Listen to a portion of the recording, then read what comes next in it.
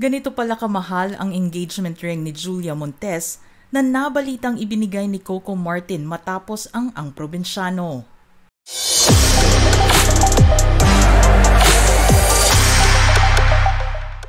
Flex kung flex.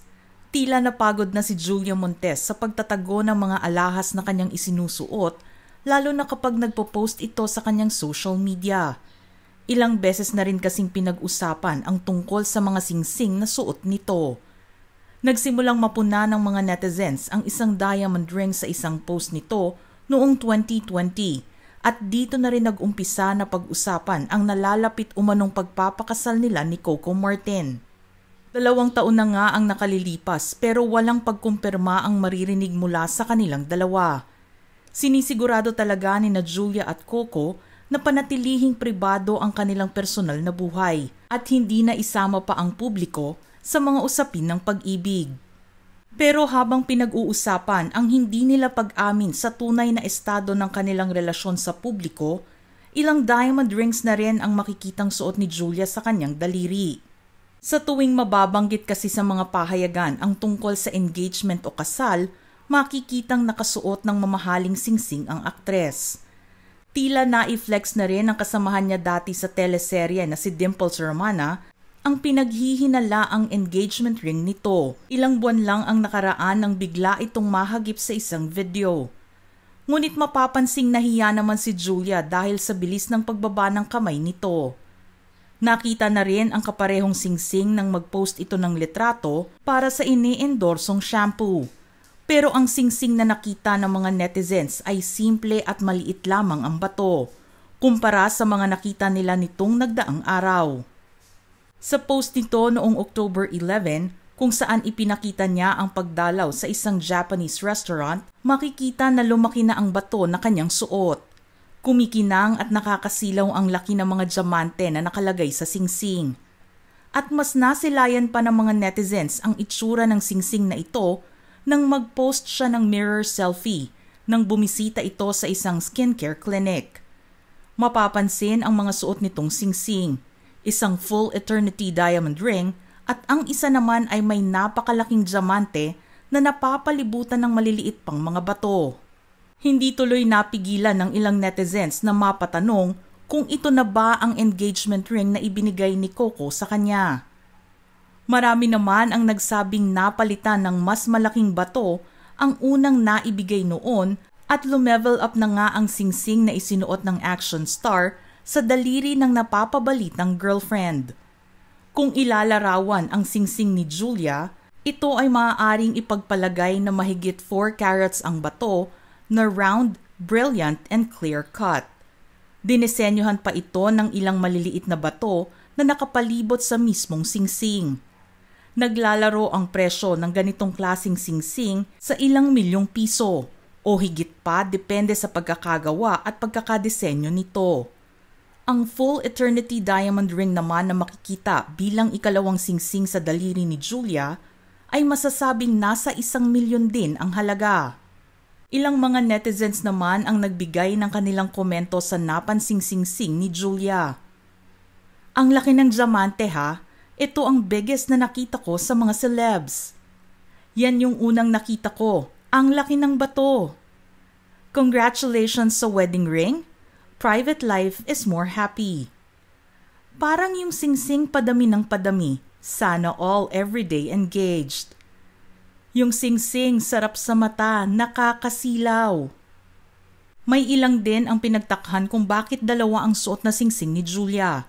Napaisip tuloy ang mga netizens kung natapos na ba ang kasal nila ni Coco dahil ang eternity diamond ring nito sa daliri ay maaaring masabing wedding ring niya. Gayunpaman, marami ang natutuwa dahil nakikita nilang masaya ang kanilang idolo sa pribado nitong buhay.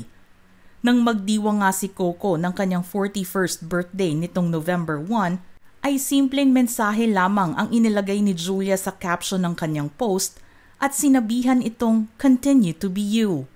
Maikli man pero makikitang malalim ang kahulugan nito para sa aktres. Mapapansin na noong 2017 pa nagsimulang mag-post ng birthday greeting si Julia para kay Coco. Ang post na ito ay isang candid photo ni Coco nakuha marahil sa isa sa mga projects na ginawa niya at nilagyan lang ito ni Julian ng birthday cake emoji bilang caption. Nang sumunod na taon, nag-upload ito ng isa pang black and white stolen shot habang ginagawa ni Coco ang behind the scenes nito bilang isang direktor at nilagyan ng caption na happy birthday at isang birthday cake emoji ang post.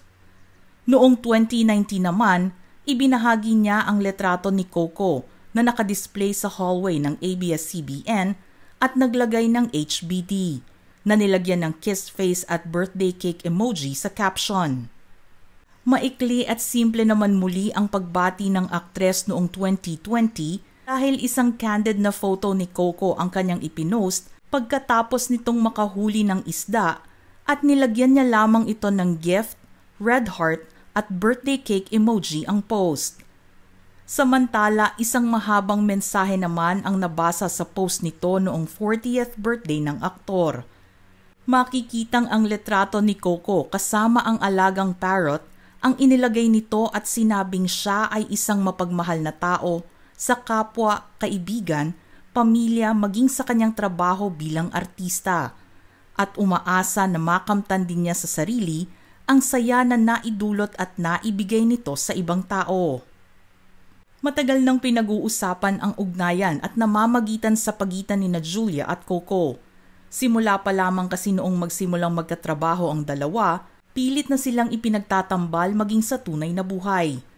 Pero ni minsan ay hindi umamin ang dalawa tungkol sa tunay nilang relasyon. Kaya naman kahit mahigit isang dekada na ang lumipas, patuloy pa rin ang paglabas ng mga intriga sa kanila. Si Julia na rin mismo ang nagsabi na hindi na niya kailangan pang aminin ang relasyon nito sa taong mahal niya dahil nakikita naman ng publiko kung gaano ito kasaya.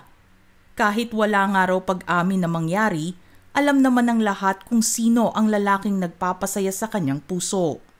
Sa tagal nilang artista pareho kung saan alam na ng publiko ang tungkol sa buhay nila, ang isang bagay na gusto na lamang panghawakan ni Julia na pribado sa kanya ay ang kanyang personal na buhay, kasama na dito ang nilalaman ng kanyang puso.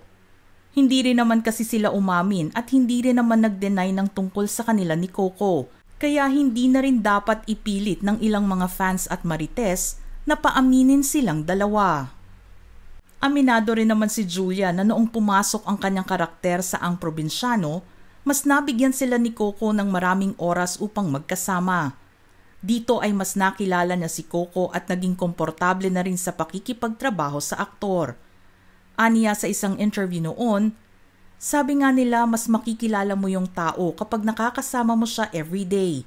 Hindi yung after work tapos na. Ngayon kasi, dahil everyday magkasama kayo, mas nakilala ko yung totoong Rodel. Teenager pa lang si Julia nang magsimulang magparamdam si Coco sa kanya. Ibinahagi naman ni Julia na nagugustuhan na rin naman niya ang aktor noon.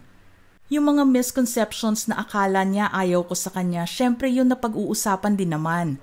Pero na-prove ko naman na okay ako sa kanya. Sa mga fans naman ni Julia na nabitin sa istorya ng karakter nito sa Ang Probinsyano, muling masisilayan ng mga ito ang kanyang pag-arte sa isang action thriller film kasama ang actor turned politician na si Arjo Atayde na co-star din niya sa comeback series nitong 24/7 noong 2020. Sinabi ng Philippine co-producer na si Wilfredo Manalang na isinaalang-alang nito ang Topak na titulo ng pelikula bilang kontribusyon nito sa pagpapalakas ng action genre sa local cinema, habang tinitiyak din ang isang malawak na international appeal kasama ang partner na Raven Banner Entertainment na isang Canada-based production company. Target naman na ma-release ang nasabing pelikula sa first quarter ng 2023. There you go mga ka-showbiz peeps, anong masasabi ninyo sa ating istorya ngayon? Send in your thoughts in the comments section below.